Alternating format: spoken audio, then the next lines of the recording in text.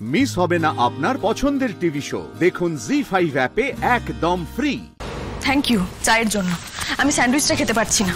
Please Rai, please, তুমি কথা দিয়েছিলে যে তুমি আমার পুরো কথাটা শুনবে, তুমি এরকম ভাবে চলে যাবে না। ধরে নাও কথা দিয়ে কথা রাখতে পারলাম না। প্লিজ প্লিজ রাই, তুমি জানো কুট্টিদা কি ডিসিশন নিয়েছে? আমার তো সেটা জানার কোনো প্রয়োজনও নেই শর্মি। আছে, কারণ সেটার সাথে অনেকগুলো লোকেদের লাইফ জড়িয়ে আছে। কুট্টিদা কলকাতার অফিসটা বন্ধ করে দিচ্ছে।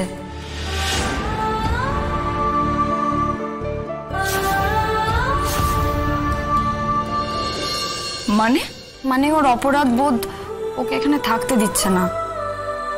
ও এখানের অফিসটা বন্ধ করে মুম্বাইতে শিফট করে যাচ্ছে। বাহ, চমৎকার। আর এখানকার মানুষগুলোর কি হবে? তাদের রুটি রুজি? ঠিক ঠিক কথা, কিন্তু তাদের কথা সেরকম ভাবে ভাবছে না কুট্টিদা, বা ভাবার অবস্থাতে নেই তুমি বলতে পারো। রাই, তাদের জন্য অন্তত তুমি একবার ওর সামনে গিয়ে দাঁড়াও। অফিসটা বন্ধ হয়ে গেলে অনেকগুলো মানুষের ভবিষ্যৎ অনিশ্চিত হয়ে যাবে। আর ওরকম এক কথায় মুম্বাইতে গিয়ে শিফট করে কজন থাকতে পারে বলো তো? এক মিনিট, তুমি কি তোমার পুট্টিদার কলকাতার অফিস বন্ধ করে দেওয়ার পেছনে আমাকে দায়ী করছো? তোমাকে দায়ী করছি না রাই, বলছি তুমি এটা আটকাতে পারো। আমি জানি কুট্টিদা অন্যায় করেছে তোমার উপর সন্দেহ করে, আর সেটার জন্যই যে মানুষটা ওষুধই খায় না সে রাত্রিবেলা ঘুমের ওষুধ খেয়ে শুতে যাচ্ছে। আর তাও ঘুমোচ্ছে কিনা আমি তো জানি না। তুমি কি এইসবের জন্য আমাকে দায়ী করতে চাও? আমার কপালটাই বোধহয় এরকম। পৃথিবীর যে প্রান্তে যা কিছু হয়ে যাক না কেন, সব দোষ রায়ের। রাই দায়ী।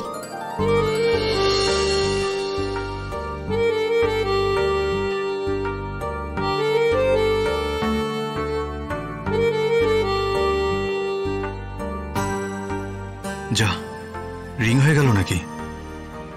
রাই কি বুঝতে পারবে আমি ওকে ভুল করে কল করে ফেলেছি? ও যদি আবার কল ব্যাক করে কি বলবো তখন? অনির্বাণ স্যার,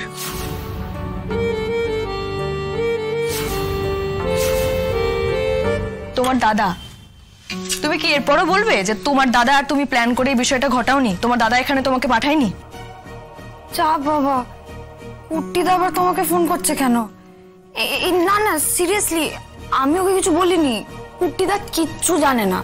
বেশ বেশ, তাহলে আমি ওনাকে কল ব্যাক করি। কল ব্যাক করে ওনার কাছ থেকে না হয় সত্যিটা জেনে নি। Please please Rai, please please এরকম করো না। কুট্টিদা যদি জানতে পারে আমি এখানে এসেছি তাহলে হয়তো আজকেই মুম্বাই চলে যাবে। এমনিতে অফিসে 1 মাসের নোটিশ দিয়েছে। তুমি বলতে পারো আমি নিরুপায় হয়ে তোমার কাছে এসেছি। রাই প্লিজ, রাই একবার বোঝার চেষ্টা করো। আমি এসব বুঝি না শর্মি, রাই, আর বোঝার চেষ্টাও করি না আজকাল, কারণ আমার কথা কেউ বোঝে না। যাকে চায়ের জন্য থ্যাংক ইউ, আমি আসছি। রাই ঠিক আছে, তোমার যাওয়ার হলে তুমি যাও, তোমাকে আটকানোর ক্ষমতা আমার নেই। আমাকে জাস্ট 2 মিনিট দাও, আমি কেন এসেছিলাম তোমার কাছে সেটা বলে দিই। আমার দাদাকে এইভাবে দেখে আমার খারাপ লাগছিল।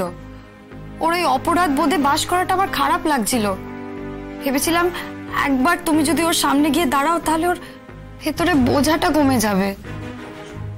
আর হ্যাঁ, তোমার ডিটেলস নিতে গিয়ে তোমার অফিসে গিয়ে যা বুঝলাম, কয়েকজন অফিসটা চলে যাওয়ায় বেশ বিপদে পড়েছে।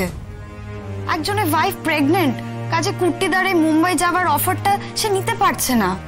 আর একজনের মা অসুস্থ, এই আচমকা অফিস উঠে যাওয়ার খবরটা তাদের কাছে তো বিনা মেঘে বজ্রপাত হয়ে নেমে আসছে। তুমি হয়তো এখানে নতুন চাকরি পেয়ে যাবে রাই, কিন্তু সবাই তো পাবে না। অন্তত এত তাড়াতাড়ি চাকরি পাওয়া যায় না, সেটা তো তুমিও জানো। কি হবে বলো তো এদের? এদের জন্য তো আমি দায়ী নই। আর তাছাড়া ওরা আজকে বিপদে পড়েছে, তার কারণ হলো ওদের খামখেয়ালি বস, আমি নই। তুমি যাও, দরকার হলে তোমার দাদাকে বোঝাও, গিয়ে কথা বলো দাদার সঙ্গে। আমি কি করব? আর সত্যি কথা বলতে আমার মনে হয় না যে আমার মতো একজন সাধারণ অভাবী পরিবারের মেয়ের কথায় তোমার দাদা এত বড় একটা সিদ্ধান্ত থেকে সরে আসবেন বলে। চলি। চলে যাওয়া অত সহজ না রাই। এতটুকু আমি যদি হিউম্যান নেচার বুঝে থাকি তো তুমি কুট্টিদার সঙ্গে দেখা করবেই, আমি শিওর। আর কুট্টিদা, এই যে মাঝখানে তুই ওকে ফোন করলি, এটার জবাবদিহি তোকে করতে হবে তোর আর রাইয়ের বাসর রাতে।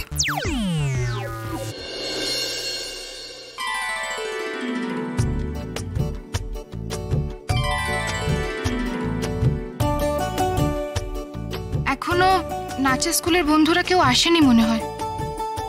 আয়েশাকেও তো দেখছি না। ওর বাড়ির কেউ আছে কি?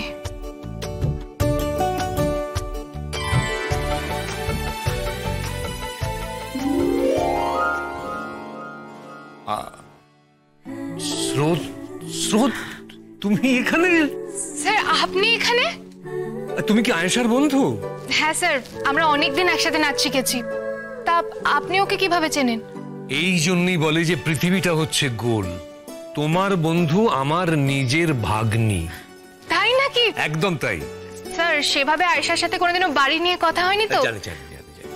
তোমাদের বয়সী ছেলেমেয়েরা যে বাড়ি টাড়ি নিয়ে বেশি কথা বলো না সেটা আমার জানা আছে, কিন্তু আয়েশার মামাকে তুমি তো আর স্যার বলতে পারো না। তুমি আমাকে আঙ্কেল বলবে, একদম স্যার নয়, ঠিক আছে? আরে স্রোত, তুমি এসে গেছো?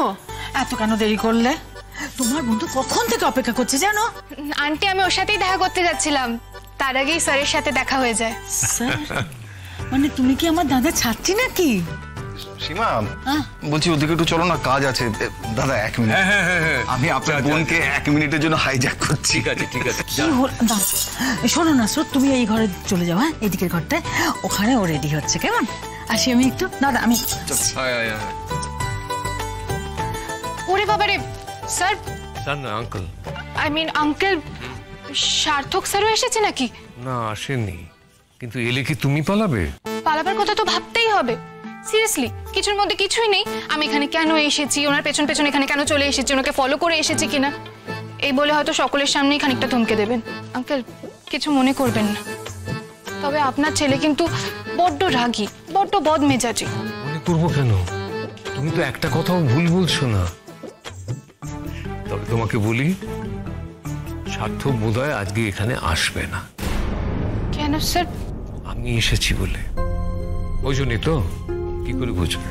এটা আমার আত্মীয় স্বজনরা সবাই জানে যে আমি যেখানে যাই সেখানে আমার ছেলে সার্থক যায় না। না মানে আমাদের মধ্যে না একটা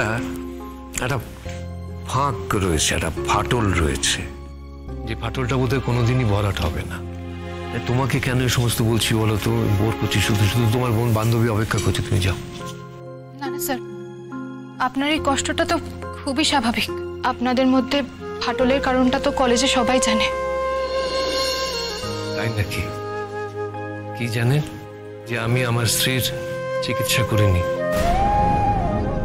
তাই সে মারা গেছে, তাই তো? জি5 ডাউনলোড করুন আর সব এপিসোড দেখুন একদম ফ্রি।